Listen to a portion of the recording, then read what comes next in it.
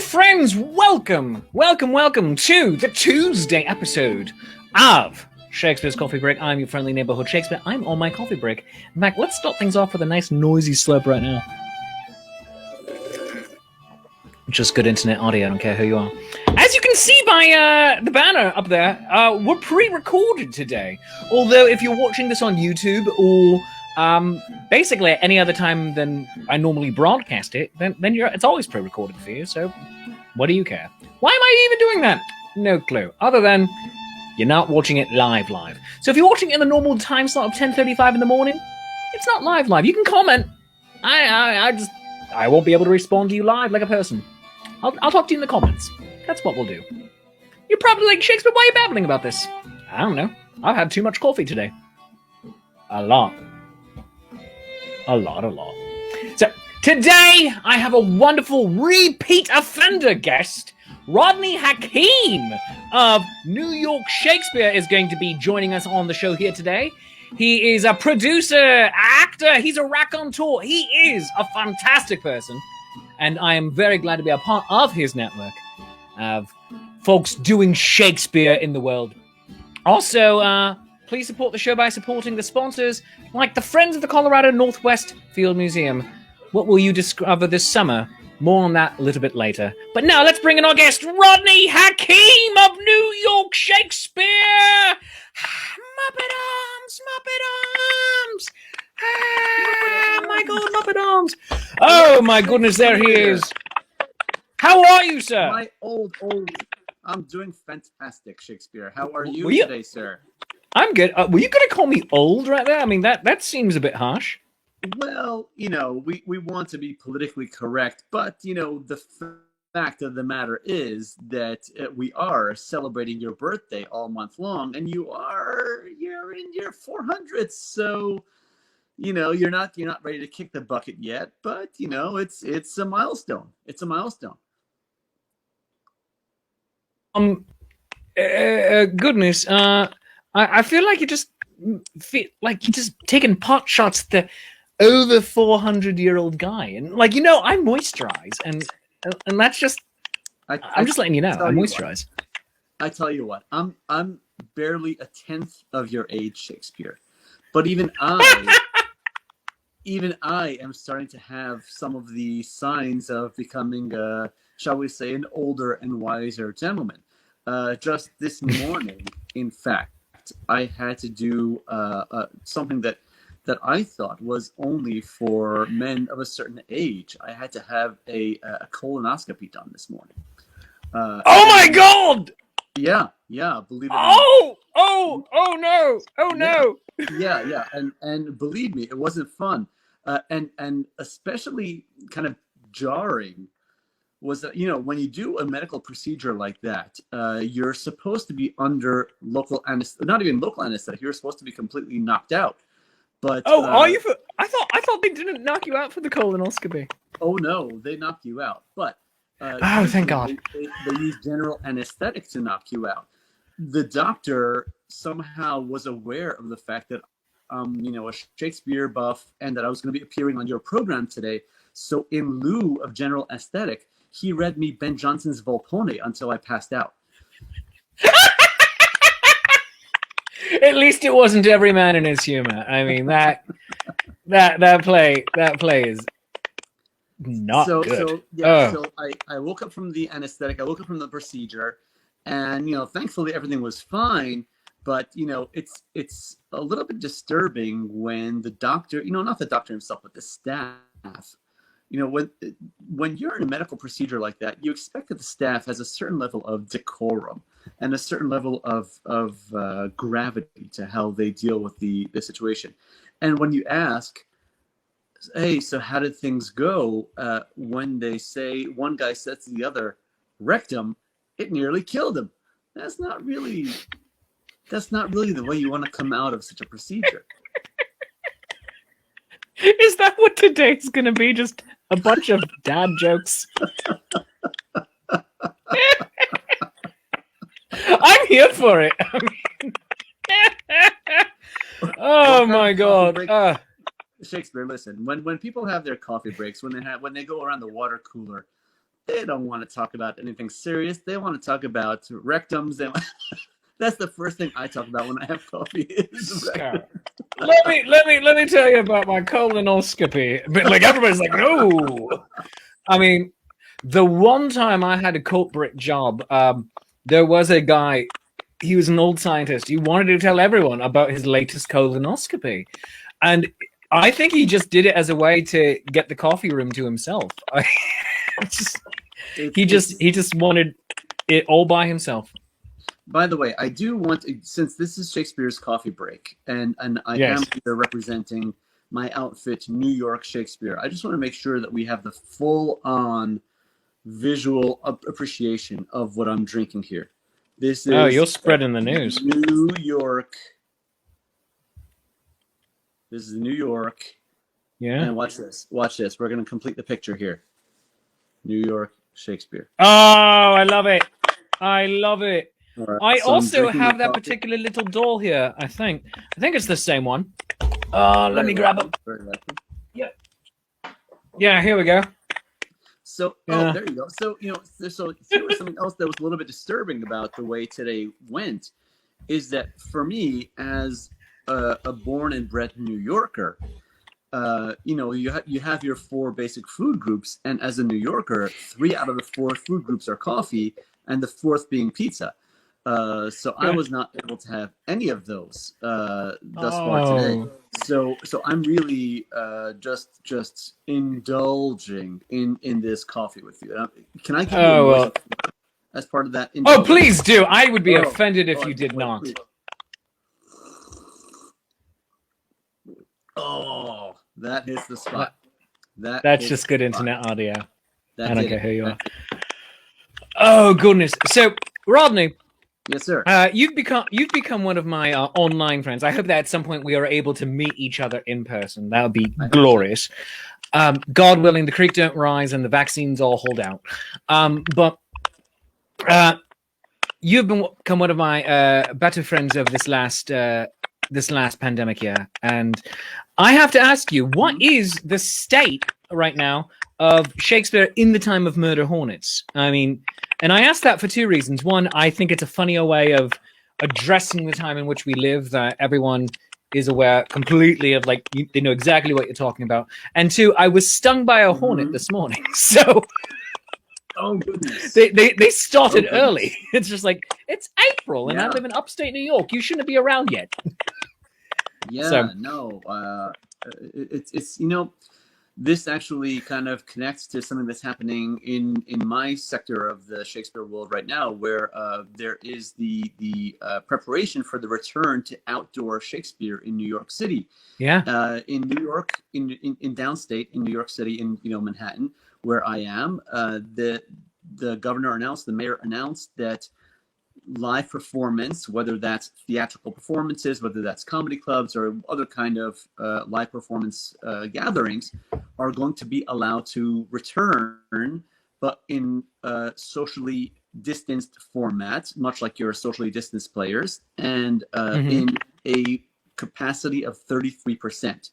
So we actually have a discussion coming up in just about a week on Monday night, April 19th, on the Facebook New York Shakespeare group, and that's going to be free at 8:30 p.m. From 8:30 to 10 p.m. We're going to have a discussion with 7 or 8 representatives of the New York Shakespeare scene, different theatrical groups, and we're going to ask them, what is it going to be like in come summer, when it's traditionally time for summer Shakespeare in New York, and every group and its brother does an outdoor Shakespeare performance. So we're going to ask these groups up front, are you going to be out there? Are you going to be doing summer Shakespeare outdoors in Central Park and other parks around New York City? And we'll find out.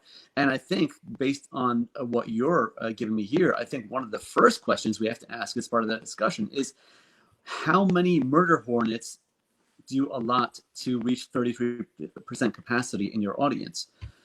I allow exactly 1, and it has to be dead, because it stung me, and and here's the thing, it was a from hell's heart I stab at thee thing, because I already killed it with a shoe. I get a tissue, I wrap it in a tissue, and as I'm carrying it to the rubbish bin, I get stung. The thing is dead. It was squashed. It was no more. And yet it still managed to sting me, Rodney. And so I say one dead one is more than enough. Yeah, I think Shakespeare, you're not understanding the subtleties of what a murder hornet is as opposed to a regular hornet. A murder hornet is basically a hornet that is returning as a zombie. So you murder it, and then it comes back and it stings you again after it's dead. So it's a murdered that's the scientific hornet. That's the scientific breakdown of how a murder hornet works. And I learn things every day on this show. You learn every day. Like it. You learn something new every day. Hashtag science. Thank you. We learned about murder hornets. We're off to a great start. This show is really. This show's got everything. It's got hashtag science right there. I mean, that is fantastic. Oh, goodness gracious. So from my part in the New York Shakespeare Arena, normally what I'm doing is performing at Renaissance festivals and other outdoor venues. So different festivals have different population numbers depending upon what localities they're in. And it's going to be interesting. So I'm going to be walking around. I don't actually have it right behind me. I was looking for a moment ago. I'm going to be walking around with a big hiking stick that is, about 5 feet long. So it's not a 6-foot social distance stick, but combined with the length of my arm, I'm going to start my show by swinging around in a circle and saying, if I hit you with my stick, that's on you because you're too close. And that's how we're going to begin. Just make sure that you enunciate clearly, because some people in the cheap seats might hear something a little bit different than hit you with my stick. Oh, that's true. That's true. So maybe I should make it. Maybe I should attach a spear point to it. So if I hit you with my spear, that's on you. Shake, spear. Yeah. There's your bit of sign language for the day, children. That might cause shake, spear. Mm-hmm. Yeah. But my goodness gracious! Some people positive. Go ahead. In your intro into today's discussion, I saw there was something about Shakespeare authorship, and yes, every couple of weeks or every couple of months or whatever, some new name will be floated as to who's the author behind Shakespeare, and Shakespeare wasn't Shakespeare. And one of the things that people will say is that, oh, well, this person or that person was Shakespeare, and Shakespeare wasn't Shakespeare, and the name Shakespeare didn't even really exist. It's really just the word shake and spear, because he was someone that I think there was actually a play off Broadway maybe about a decade or so ago that had this exact scenario where Shakespeare was just some schmo that was standing around, and he was like an extra in some kind of live performance, and they gave him a spear and they said, "Here, shake this spear," and that's how they gave him the nom de plume of Shakespeare. So there's any number of theories out there, but when you said that I'm going to swing my spear around and shake my spear, that reminded me of that particular orientation of the Shakespeare authorship question. I mean, sure, why not? I mean, let's ignore Occam's razor entirely and just say, oh, let's go with a convoluted thing here. It has to be Edward de Vere, the 17th Earl of Oxford, etc., etc. It can't possibly be a middle-class kid in the burgeoning Tudor era middle class who happened to do okay for himself. I mean, come on.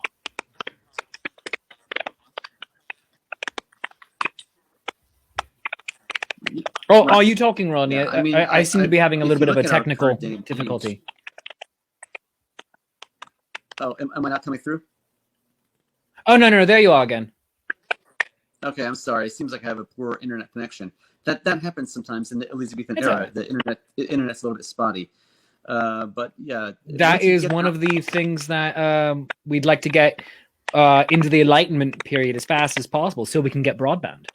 You know, that brings me back to something that we were on the topic a little bit earlier about my colonoscopy, and I wanted to ask you about Oh, that. Jesus. Shakespeare, in your day, all medical procedures were pretty much performed by one person. It was like the barber, who was also the dentist, who was also the surgeon, who also apparently did colonoscopies. Is that right? Jesus. Oh, God. All right. So first, I'm going to extract this tooth, and then I'm going to look up your bum. All right, there we go. Oh, you need a bleeding. Let's put some leeches on you. Okay. Put a leech in there. Oh dear God. This show is off the rails.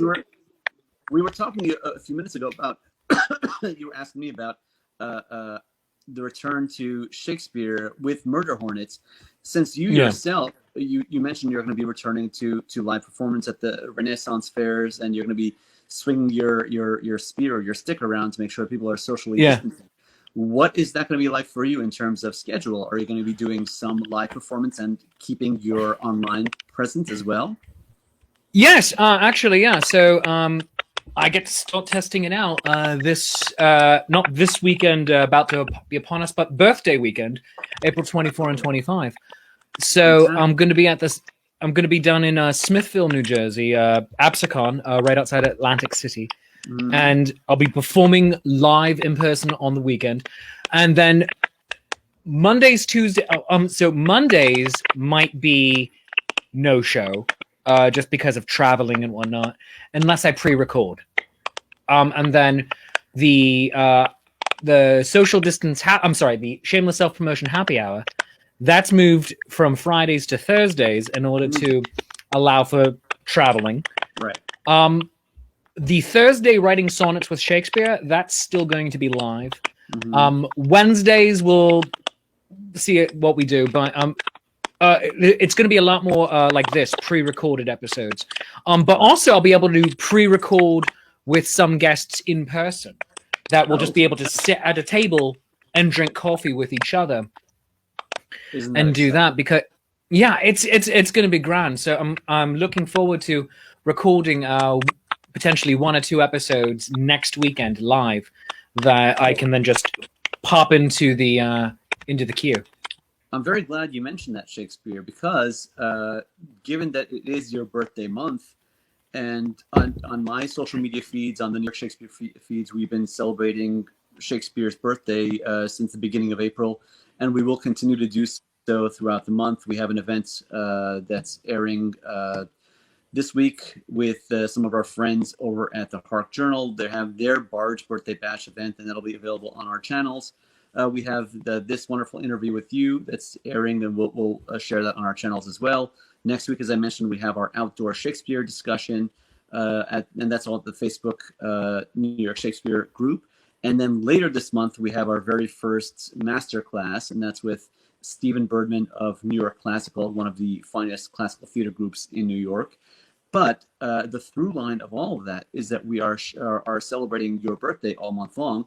And I wasn't sure how ready you were to jump back into the actual birthday celebration in person. So the closest approximation that I could have ready for you today was to share this birthday cake with you via phone. So with your permission, I'll and no, I didn't want to. Can I give this portion to you? Oh. I'll just oh my God. the USB port, if that's okay. All right, you do that, and I will take it. Oh my God! Through the magic of the internet, it turned into a cookie. All right, I love it. The magic of Wi-Fi. The magic of Wi-Fi. Wow, it really got compressed, didn't it? All right. That's a zip file. That's a zip file for you, Stratford upon. There we go. Yeah. Mm-hmm. It looks like a ginger snap, but smells like cake. So it kept a lot of the fidelity. That's fantastic. Lossless compression. Oh my gosh, I love it. That is brilliant. Oh, that's too funny. For live performing. The funny thing is, getting back into being with in-person crowds, for me, it's largely going to, I hope, fingers crossed, remain unchanged, because me doing a bunch of shows that I've done with patrons, with fans from all over, with library and school groups over Zoom, it's actually worked out mostly like it used to in person. I call on someone to play a part. I coach them through the lines. They do it. They add their own je ne sais quoi to the part, and we go on. And for the most part, instead of except for the silly running around on me putting wigs or beards or funny hats on people, that's going to remain the same in person. But I'm going to take some of the Zoom lessons of just wherever you are, you stand up where you are. If it's a seated crowd, stand up to deliver the line. So you're not going to come up on stage. I'll be the only one on stage, and I won't go out into the crowd as much until we reach a point of herd immunity or whatever, and thus it's safer and better to commingle with the crowd. But I see it largely going okay, and I've been, as an extroverted person, rather agoraphobic about all of it. But with the date fast approaching, I've got no choice. It's nothing to do it but to do it.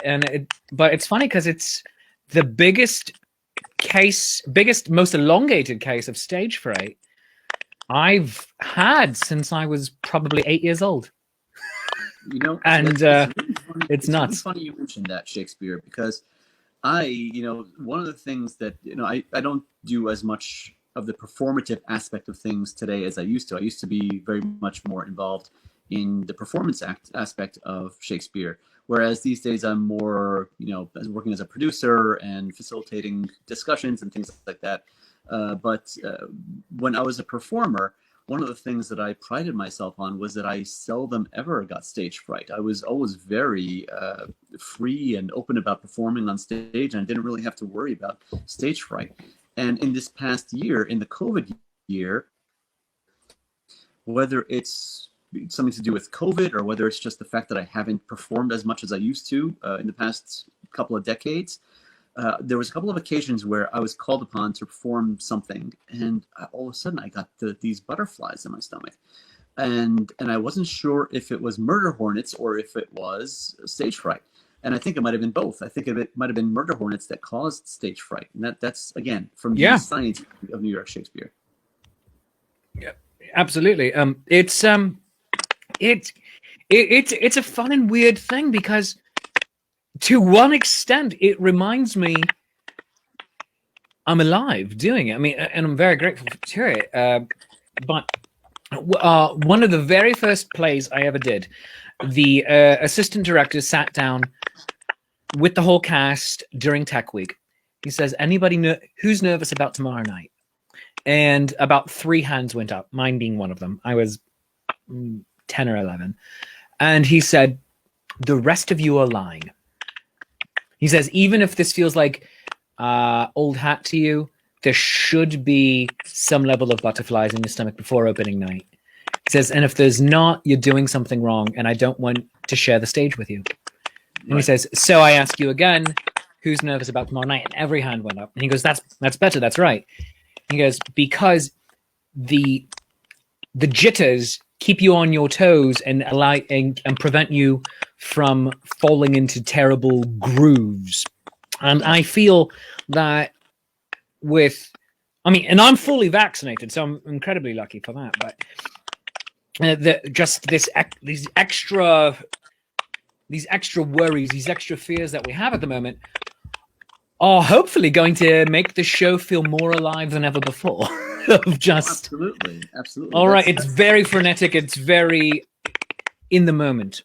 That's, as I mentioned, I've taken on various hats in the world of Shakespeare and world of performance over the years, and there was a period of time where I was focusing on performance as an actor. There was a period of time where I was focusing on directing. And when I was directing, that was one of the challenges, is that once you get into a longer run, and it's more than, you know, some of the standard things are a couple of weeks, but then you get into shows that are several months, or in some cases a year, or, you know, things that are just a really long-term performance series.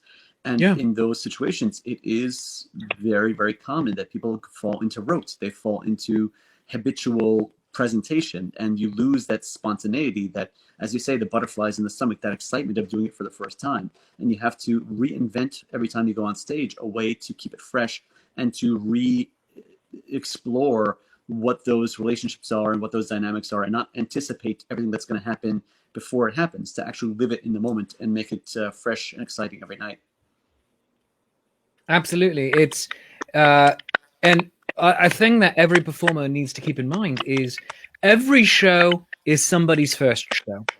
Right. Somebody of your audience is the first time they're either seeing you or they're seeing theater. And every show is also somebody's last show. That's a great way to look at it. Yeah, absolutely. And you want for yourself to always go out on a bang, but you want their final experience to be just as good, if not better, than their inaugural presentation, because A, they've lived a life, but also you, as the performer, owe it not just to the crowd, but to yourself to give your absolute best every single time, because that, following the maxim that every show is somebody's first and somebody's last, at some point it is your first performance as a performer, and then also at some point it will be your last, and you don't know, because going back a ways to earlier in our pandemic, I had the very real, very scary thought several times: was that my last show that I ever get to do?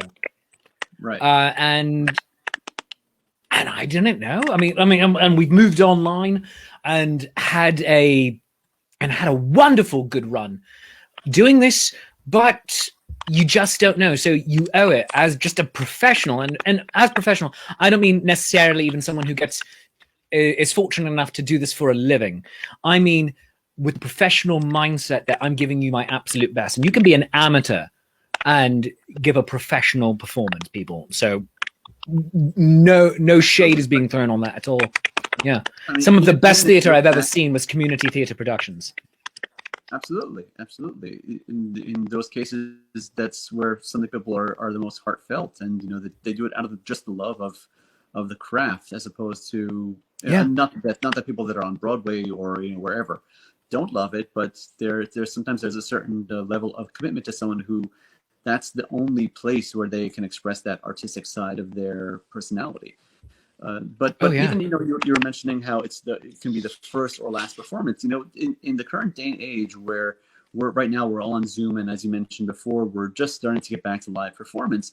I think it's if there's any time where it's essential that you give your all every time you're in front of eyeballs, whether it's online, whether it's in person. I think now is that time, because in this moment, people, they have much more than in your era when the only choices were either coming to the Globe or the Rose Theaters, respectively, or don't forget the bear baiting. There was bear baiting or whatever. You know, there weren't so many choices for Leech. It's not just that we're competing against other forms of live entertainment. You know, it's your Shakespeare presentation versus what's on Netflix and what's on Amazon Prime and what latest app that I download on my phone, and whatever. There's endless ways that people are entertained, and they are their time is being dedicated to different things. So to have someone not just give you, if you have a ticket sale, not just monetarily compensating you for your efforts, but even just to give you a block of time. Time is the most valuable commodity right now. It really is. It genuinely is. And on that, being conscious of time, let me take a few moments right now to thank the people that helped make this show possible. So talking with Rodney Hakeem from New York Shakespeare. Stick about a minute, Rodney. We'll be right back with you. But I do have to thank the people who help make this show run, and that includes the Friends of the Colorado Northwestern Field Museum, now accepting applications for Summer Dinosaur Digs of 2021. During a 2-week session, you'll learn about paleontology by digging, brushing, and uncovering a unique fossilized specimen. There's no experience required to take advantage of this amazing opportunity, only a passion for experiencing fossils up close and personal. Participants also have the option to earn college credit during their 2-week session. Please send an email to Liz Johnson. Oh, where'd it go? Yes, to Liz Johnson at elizabeth.johnson@cncc.edu or call 970-824-1119 for more info. And you can go to the link that's currently on your screen. Take a screenshot of that, people. Do it. What will you discover this summer? And today's show is brought to you by the Shakespeare Yogi. Use code Shakes.approved to save 50% off of private lessons. Learn a Chillingarian, your Shakespeare Yogi helps creatives develop a yoga class that will work for you. With Pay What You Can classes being available on the first and third Sunday of the month. For access and payment info to the Pay What You Can and private lessons, email Lena, the Shakespeare Yogi, at theshakespeareyogi@gmail.com or send her a message on Instagram at the Shakespeare Yogi. The Shakespeare Yogi, hey, noni namaste. And finally, today's show is brought to you by the Renaissance Stream Guide, your TV guide of online Renaissance Festival entertainment with over 70 live streams every week. Live music, belly dancing, play readings, yoga and fitness classes, comedy, art streams, demos, and more. Go like them on Facebook. Like and subscribe, facebook.com/Renaissance Stream Guide. And if you would like to be a sponsor of Shakespeare's Coffee Break, you can email me. Yes, you can. You can do that. You can email me at Shakespeare@ShakespeareApproves.com. I have room for 4 ads for every episode per month. But if you want to take over an entire episode, and I'll say, this episode brought to you by so-and-so, you certainly can send me an email right there. But let's get back into our conversation. We have a few minutes more with Rodney Hakeem from New York Shakespeare. Rodney is here. Hello! Now, Shakespeare, given that it is your birthday month, I did want to run something by you. In your day in London, it was the at that time, I'd say New York is now, but I think in your day, London was the crossroads of the world. It was perhaps the most metropolitan of cities. It was where different culture came and went. There was a lot of trade. I'd say New York has that distinction now. But in your day, you would see things from all over the world. Right now, not only I think New York physically is the crossroads of the world, but I think in the current Zoom era, there is an international amount of trade, of ideas, and of performance, and of entertainment, to the point that what I see here, my focus has always been Shakespeare done in New York. But in the past year, in the coronavirus era, I've had the great privilege of seeing wonderful Shakespeare from all over the world, from such groups as The Show Must Go Online in the UK, from 60 Hour Shakespeare, from Shakespeare all over the place. And it's been such an amazing and enlightening thing to see such a variety of wonderful kinds of Shakespeare being done. And something I wanted to mention to you is that one of the Shakespeares that I saw over this past year, the pandemic year, that was really something different and exciting for me was something called Voodoo Macbeth. And I don't know if you've ever heard of that or come across that, but it was really, really something special. And if you'll indulge me, I wanted to share a little bit of Voodoo Shakespeare with you. So here is my Shakespeare character over here, and Shakespeare, I want us to settle this once and for all. And whether this is for the purposes of authorship or just because people want to know, here is Shakespeare. Here is my needle, and you're going to tell me, why did you give Anne Hathaway your second best bet? Why Shakespeare? Because. You're bringing up Batman? Oh, I am leaving this show. I won an Oscar for crying and cutting my hair off during a musical where we didn't pre-record the soundtrack. You know what? You know what, Rodney? I don't need this. I don't need this. Damn it. Oh, my... She got the second best bed because that was the marriage bed. You kept the first best bed for your guests. That was the nice one. That's the one you don't touch. That's for company. Oh, my... Wait a minute. Yeah. I think if we connect everything that we spoke about today in today's...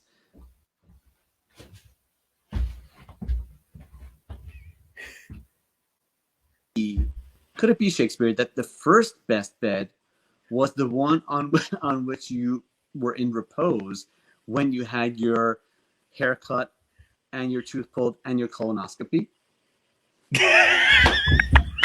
Yes, that's... You sick person. Yes, that's where that's where the colonoscopy was done, and also my tooth pulling on the same day. So yeah, that's all the same day. Welcome, so Erica. you welcome. deeply weird man. All in here. Well, I have to let Rodney go because even though this is 10:35 in the morning for you at home watching this, maybe, I don't know, you could be watching it in the afternoon, I don't care. He has to go get his kid from school, picking them up. So, Rodney, thank you so much for your time here today. You're welcome. Rodney Hakeem of New York Shakespeare. Check them out.